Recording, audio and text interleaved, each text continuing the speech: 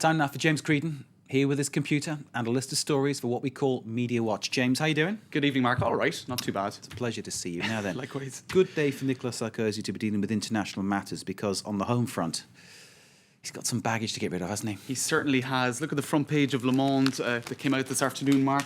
How the Secret Service spied on Le Monde. Now, this is basically goes back to a scandal that dominated the press last year, the Bettencourt-Verth scandal. I think we have some pictures to illustrate who these characters are. She's the wealthiest woman in France, Liliane Bettencourt, the heiress to the L'Oréal fortune. And it's said that she perhaps gave illegal donations, political donations, to Nicolas Sarkozy's party. The Labour Minister of the time, Eric Woerth, had to stand down over it. Now, last year, Le Monde was investigating this story, and they claimed today on their front page that the Secret Service was spying on them. Here you have pictures of Eric Woerth who had to stand down. Well, he wasn't. His job wasn't renewed. Suffice it to say, there were many calls for him to stand down last year. In any case, Le Monde went to the courts about suspected espionage last year. The courts have now come out and said that illegal tracking of the journalists' mobile phones did take place. Now, that's illegal, obviously. A 2010 law protects journalists' right to protect their sources. Now, also this morning, you had the Interior Minister, Claude Guéant, who spoke about this. He more or less admitted that this happened. He said, look, we weren't listening into the actual conversations. Of course not. We wouldn't go that far, but we did track where the calls were coming from, going to, and the GPS locations of the people involved. So it's a pretty serious charge. Now, that's one scandal that's come back to haunt Nicolas Sarkozy. Another one is the so-called Karachi scandal. This goes back to the 1990s. Look at what Mediapart, a left-leaning website, is saying today. Mediapart targeted with death threats.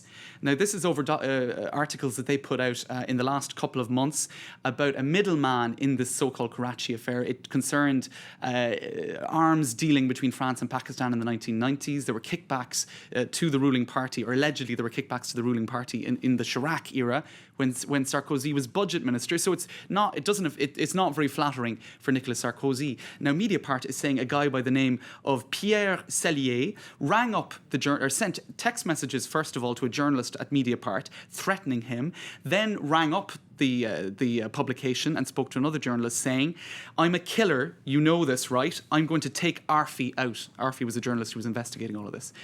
Pretty incredible stuff, and it's been picked up by other newspapers today as well. So it's pretty good news, I think, for Sarkozy that there's so much international news right now, because it's not good news, basically, for Sarkozy, these two scandals bubbling up again 8 months from an election. Indeed, and interesting to have a phone hacking scandal that doesn't involve Rupert Murdoch. There we go.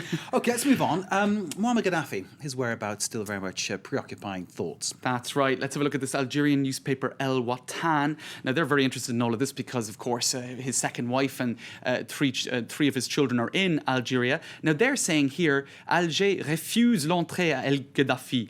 Algiers refused entry to Al-Gaddafi. Now, apparently, according to this newspaper, he was on the border town of Ghadamez, which is on the Libyan side of the border, and he was trying to gain entry into Algeria, even tried to ring up President Bouteflika, and I think we have a photo of the two of them here somewhere, the two guys.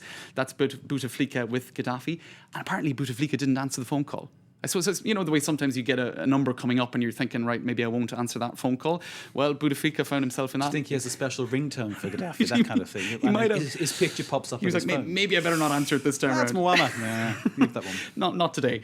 And another story in El Watan, they're saying that the wife and three children who did gain access into Algeria, they were made to wait for 4 days on the border before they came in. Now, it's kind of embarrassing for Algeria that his family have sought refuge in the country. So El Watan is saying, look, we weren't exactly eager to take them, but this was on humanitarian grounds. Yes, a friend in need is a friend indeed, is the English saying, and it sounds like on the Algeria-Libya border it played no way.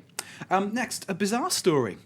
I'll let you explain it, James. Right, okay. It was on the BBC website yesterday. The French media's picked up on it today. This is a kind of a European website based in France, My Europe.